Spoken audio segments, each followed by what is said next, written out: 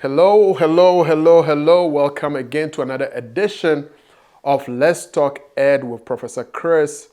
Happy Veterans Day, by the way. We salute all our veterans and once again use this opportunity to thank every one of them for everything they've done for us so far.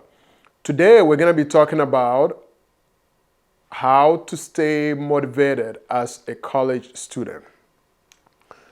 So usually I get this question all the time from my students, either when they're stressing out or trying to figure out why they even sign up for college, right? And the question is, Professor Chris, how did you stay motivated when you were a student? And I've always said, that's a good question because I wasn't even sure how I stayed motivated while I was in college, besides the fact that I was just doing everything that I figured I had to do or that was required of me to do, right? But as I think about it, I realized that unintentionally, I was motivated. Okay. So before we get into my top 5, which I'm hoping to do today, of how to stay motivated in college, let me talk about how I was motivated in college and what I did to motivate myself in college. So there's going to be two things, right? We all have this aspirations. We all have a reason for why we're in college. We all have something that reminds us all the time that, hey, we need to be in college. We're here. We need to put in the time. So we do have that motivation. But the question is, we know college is challenging, right? I've heard it all. It's a jungle. It's challenging. It's difficult. It's survival, right? While some of that could be true, we also know the opportunities that we get from college. Again, today's topic is not why college. Today's topic is how to stay motivated in college. So let me use my example to start.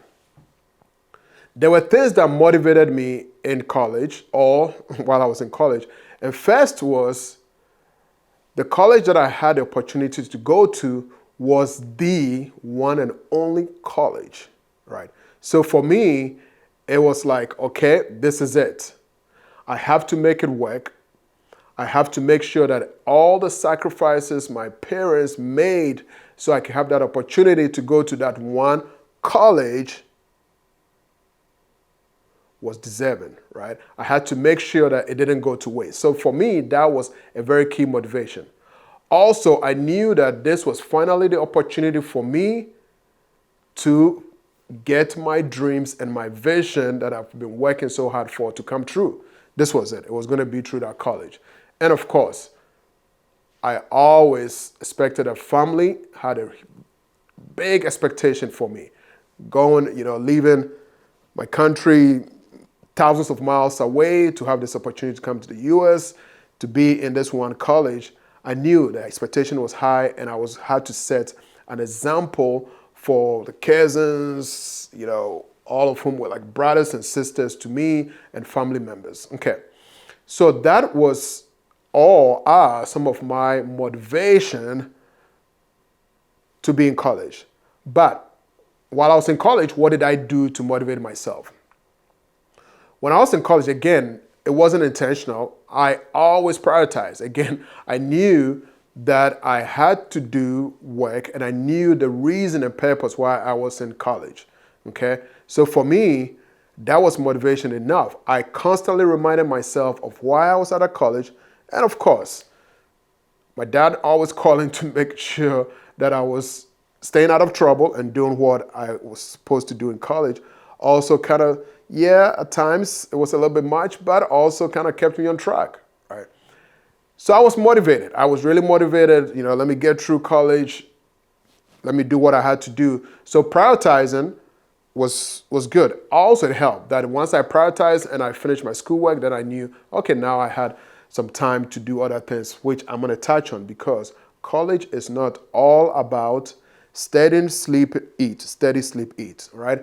That's why there's so much that goes on within your college environment that you have to take advantage of, but you need to still prioritize. Okay, so for me, some of the motivation, again, was making sure that my work was done. Once my work was done, I play sports. Every team organization that I could join. I was part of the solar car team. I played a little football. I played a little soccer. All fit in my schedule, still prioritizing. I worked everywhere on campus you could think of. I worked in the kitchen. I worked in the library. I worked for the dining services, for the media services where, I set up for functions. And also, one of my favorite work in college was actually to run the movies. Back in the day when there were no DVDs, right? And you actually had to set up movies and big roles, right? That was kind of my responsibility, and it was great. It was so much fun. Okay, so now let's get to my top 5 motivation suggestions for you. I did miss one skip. I wanted to say, before I get into all this here, that congratulations to you all in college, whether it's your first year in college, whether it's your second year in college, third year in college, fourth year in college, sometimes 5, 6, it doesn't really matter, all right? Congratulations. Stay in there. You're going to finally finish, and it will all be good, okay? So stay in there. So congratulations. Now, my top 5. The very first one on my top 5 list is prioritizing. And it's a prioritization for a little twist. This time, I'm talking about doing something small to generate flow. What do I mean by that? There's a reason why we have assignments, or your professors and instructors give you assignments, right? Because ultimately, there's going to be an exams. So if you're doing assignments, you're doing the homeworks, which are the small steps, you understand the concept. Once exams time arrives, you know exactly what to do, right? However, if your thing is like, well, let me not worry about the homework, let me not worry about the assignments, you're not taking care of the small things, and then when exams comes, you're not doing well, it becomes very challenging. You're not going to generate flow. And sometimes that is one of the reasons we're like, oh boy, did I make the wrong decision by going to college, right? So again, number 1 is make sure that you're prioritizing, meaning you're doing something small to generate flow, right? It could be in different ways as well. If there's a project, start with a little research first to get into the big project. So you're generating flow, okay? And then that way you're motivated. You're like, oh, okay, I think college is working because when I do this, I get a result, and you build on that gradually, right? So you always want to make sure you're prioritizing and you're doing the small things first to generate flow, okay? My number 2, I have keeping the ultimate goal at hand. Keeping the ultimate goal at hand. The last podcast I did, I focused on your interest. Focus on your interest and make sure that you have someone to help you develop that interest. I'm saying number 2 on my top 5 list of how to stay motivated is keeping the ultimate goal at hand. What is that ultimate goal? Once you get your college degree, hopefully, right, you're going to get a decent income. You're going to be hired, right? These are all high probabilities. You're going to be financially stable. You're going to have a skill that you could transfer to do other things. And by the way, statistics show that college students with a college degree tend to not be too much involved in crimes. You stay out of crime. And if you happen to meet a loved one, you're happily married. Again, not to say that things don't happen, but usually when people who graduate from college understand each other, right, very well, they're able to work out their financial issues, the difficulties. So yes, that's an advantage. And again, statistically proven that usually college students with a college degree do tend to have a very stable marriage life. Okay?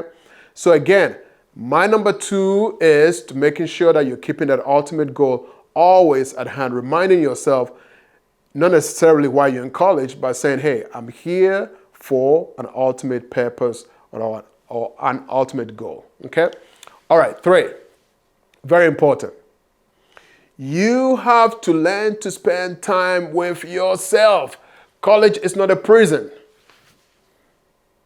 College is really not a prison. We know concepts are going to be challenging. I always tell my students, there's a very big difference between difficult and challenging. Difficult sometimes means we don't have any solution, right? It's so difficult, we can't solve it.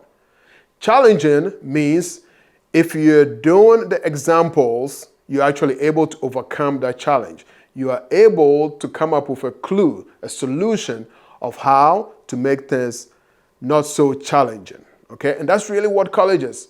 It's not difficult. It's very challenging, which is why we do practice. We do a lot of examples. There's a lot of research and development, R&D, to make sure that you're able to handle certain situations when they present themselves.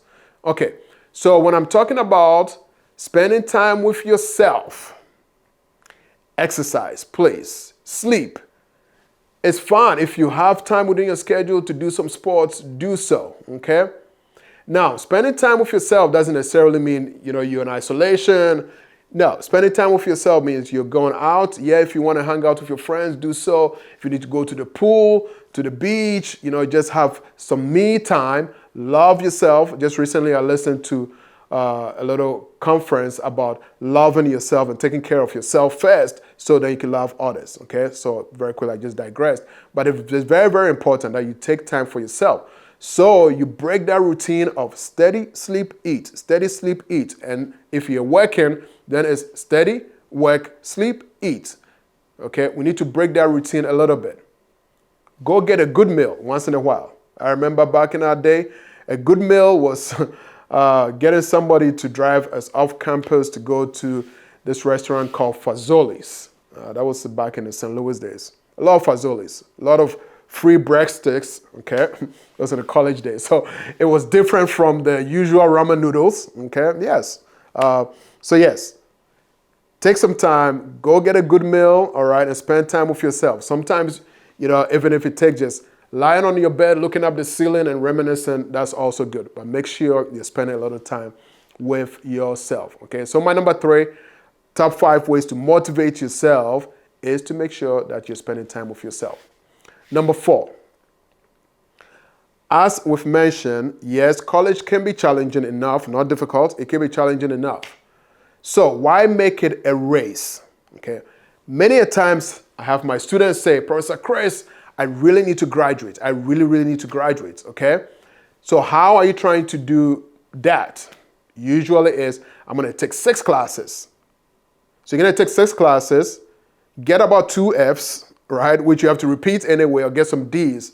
It is not a race. If you know my story, right, it took me about 7 years to just get my bachelor's degree. Well, I did get 2 bachelor's degrees within that time. But to really stay on track, to follow my dream of becoming an engineer, it did take me 7 years, okay, 1 year for some training experience, but yes, it did take me 7 years. So usually I tell students, it is not a race, and you have to get that out of your mind because that does nothing but motivate you. It's not going to motivate you when every time you feel like, oh, I can't wait to get out of college. I can't wait to get out of college. It's a lot of stress you put on yourself. It's a lot of burden. So make sure you're getting that out of your mind, okay? So get out of this is a race. No, it is not a race. Have that mentality that this is not a race, and gradually go on with your courses, and eventually you will graduate. Also, while we're talking about this not being a race, please, please, please prevent yourself from comparing yourself to others. And what I mean by that is, we know there are those students who we say, right, oh, they don't do any work, but yes, they ace all the classes, and yet you're doing all the work. Why put that stress on you? We're a little different. Intellectually, yes, maybe we're all the same, but we all have different ways of studying. So don't compare yourself to others. It is more added pressure on yourself. We all build different. We all study differently, okay? So focus on yourself and make sure you're riding through the waves smoothly through college, okay? All right, that's my number 4. Get out of it's a race mentality. It's never a race, okay? We all have our own different pace, but we're all going to end up at the same place, okay? All right, number 5. I say this with a twist. I say, don't seek help. Don't seek help. The students are like, what do you mean by don't seek help? What I want to do, or what I want you to do, is always have help so you're not seeking help. I hope that helps. Don't seek help. Seeking help means, oh, something happens and now you're wondering, what do I do? Where do I go? No. Having help means every time something is going off track, you know exactly where to go. So you have help right there. It's your first aid. Your first aid should be help. You know exactly where to go, okay? Because you don't want to spend time trying to figure out where to go to get help, because that is doing nothing. That is definitely not going to motivate you. And if anything, it is trying to get you out. It builds stress when you don't know where to get help and you think everything is so challenging or, again, very difficult. So again, don't seek help, but have help. Always have help, okay? And my last one is you just have to keep praying, okay? You have to. You have to keep praying so you can stay mentally focused, spiritually focused, anything illy focused, right? You do need some motivation. Ultimately, it comes down to this, okay? All right, so again, I'm answering questions that I get usually from the students, and that's what I use for the topic. I give you my top 5 ways of how to stay motivated. I know college can be challenging. You are in there, you're doing it right. Congratulations again, stay in there and try to use any of the steps. It doesn't have to be in the order that I presented, okay? Take any one of them. Pray. Take some time for yourself. Exercise. Sleep. Get some rest. Prioritize, right? It's one thing that I talk about. Again, it's a prioritization with a twist, meaning do the small things first so it generates flow. Do the small things first so you feel like you are accomplishing something. It generates flow, and that's how you get through the much bigger things. Okay? All right. So those are my top 5. Again, stay tuned. If you haven't subscribed yet, please do so. Keep sending your questions, and I will use those questions as the next topics for the next podcast. Until next time, again, happy Veterans Day. Let's salute all our veterans out there. Enjoy the rest of the weekend, and we'll see you next time on Let's Talk Ed.